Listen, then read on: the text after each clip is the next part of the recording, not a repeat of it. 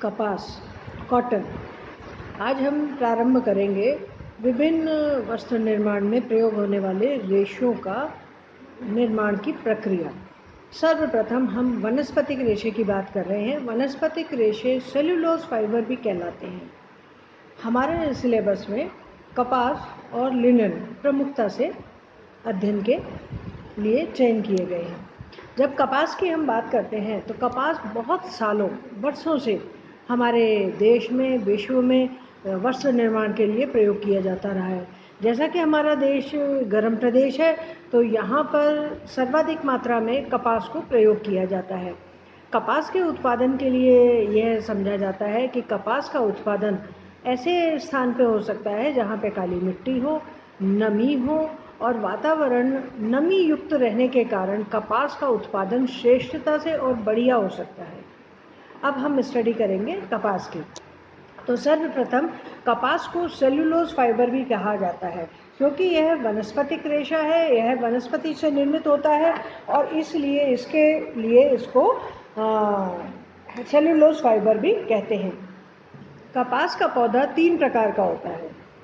एक तो बड़ा पौधा होता है जो काफ़ी बड़ा प्लांट होता है, लेकिन वो हमारे देश में सामान्य तौर पर नहीं होता। वह ढाका वगैरह में, जहाँ पे ढाका की मलमल बनती है, उत्तम श्रेणी की कपास बनती है, बंगाल साइड, वहाँ ज़्यादा इसका प्रचलन है। हमारे यहाँ इसका ज़्यादा देखने को नहीं मिलता। दूसरा होता है मध्यम पौधा जो मध्य आकार का होता है और तीसरा होता है झाड़ी के रूप में पौधा। जो झाड़ी के रूप में होता है उसमें थोड़ी निम्न श्रेणी की कपास पाई जाती है। कपास के उत्पादन के लिए बहुत अधिक आवश्यक है कि वहाँ की जलवायु कैसी हो। कपास उत्पादन के लिए जो जलवायु श्रेष्ठ मानी जाती है वह मानी जाती है नमी युक्त गर्मी वाली। तो वह अधिकतर समुद्र किनारे, नदी किनारे की जलवायु मानी जाती है और वो हम देखते हैं कि सबसे बढ़िया क्वालिटी की कपास का निर्माण करती है। दूसरी चीज़ होती है मिट्टी। मिट्टी की प्रकृति हमारे लिए इसलिए ज़रूरी है कि हर प्रकार की मिट्टी में कपास पैदा नहीं हो सकती। मिस्र की मिट्टी काली होने के कारण और क्षारीय भी है, इसलिए उसको उत्तम माना जाता है। तो मिट्टी भी एक बहुत महत्वपूर्ण कारक है कि हम उसमें कपास को पैदा कर सकते हैं। तीसरी चीज़ होती है वर्षा। जब कपास का पौधा बढ़ रहा होता है, जब बीज बोते हैं, उस समय हमें अधिक बारिश की आवश्यकता होती है और जब पौधे बड़े हो जाते हैं तब अधिक बारिश की आवश्यकता नहीं होती। यानी कि हमें पौधा किस टाइम बोना चाहिए? रेनी सीजन आने वाला आता है उस टाइम में बोया जाता है, लेकिन जब पकने लग जाए कपास तब उसके ऊपर बारिश नहीं आनी चाहिए, नहीं तो कपास का कोया खराब हो जाता है।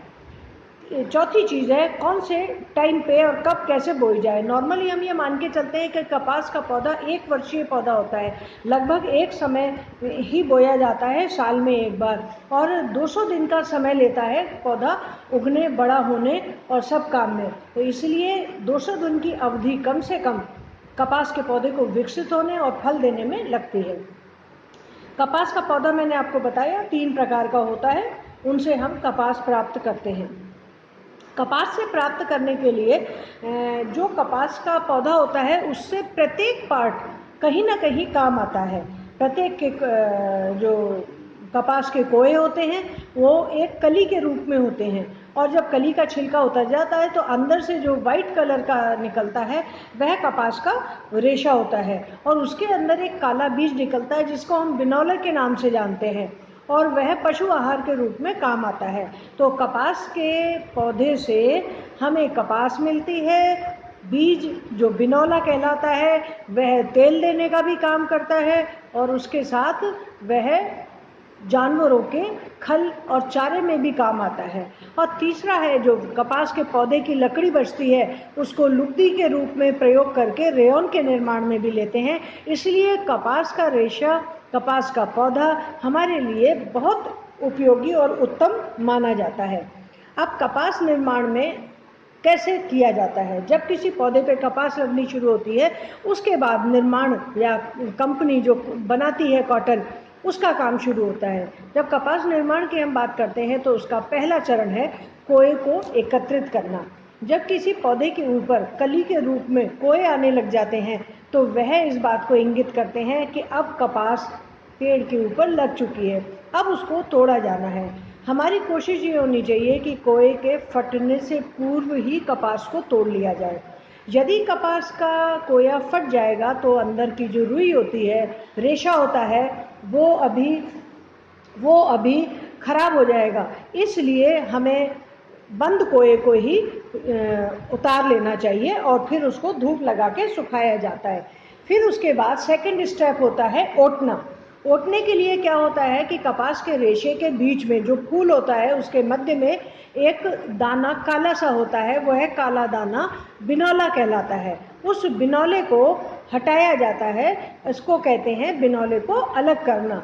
बिनौले को अलग करने के लिए हाथ से ओटा जाता है या छड़ी के द्वारा किया जाता है। छोटी सी छड़ी लेके कपास को धुना जाता है, जिससे कि कपास के रेशे अलग हो जाते हैं और बीज अलग हो जाता है।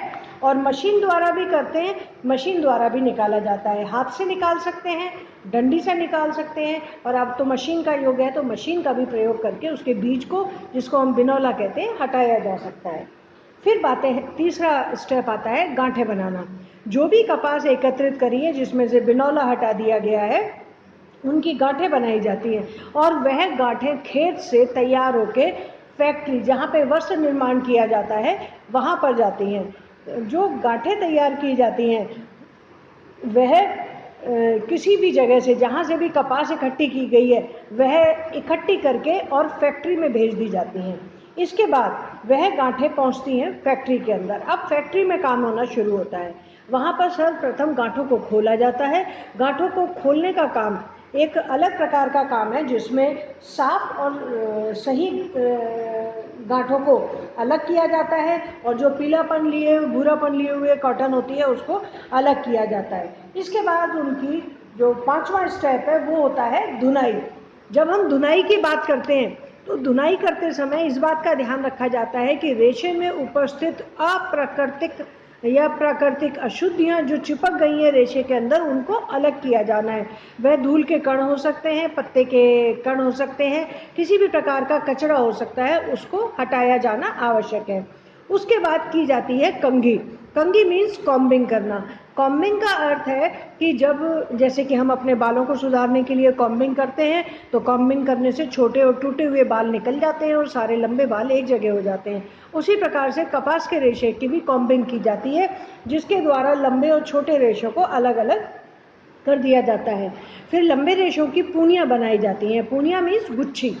जो पूनी बनाई जाती है वह वस्त्र निर्माण के पूर्व की अवस्था है।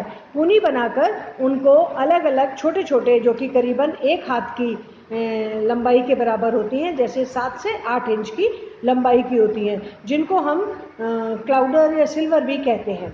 फिर इसके बाद होता है कताई का काम। कताई का आपने देखा होगा, हम अपने राष्ट्रपिता बापू का चरखे से परिचय जानते हैं। चरखे में सूत काटने के लिए छोटी छोटी पोनियों को सुई के साथ तकली चलाई जाती है और तकली चलाने से वह धागा बनता है।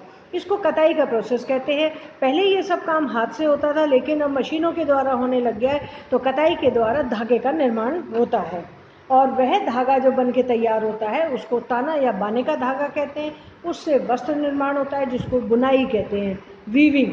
ताने और बाने के द्वारा वस्त्र निर्माण किया जाता है। फिर उसके बाद होता है परिसज्जा, यानी जो वस्त्र बन के तैयार होता है उस पर किस प्रकार की परिसज्जा की जाए। यह एक अलग से पूरा चैप्टर आएगा जिसको हम विस्तार से पढ़ेंगे कि परिसज्जा क्या होती है, कैसे की जाती है। फिर होती है रंगाई और छपाई। ये सारी प्रक्रिया के द्वारा कपास का निर्माण किया जाता है। Thank you.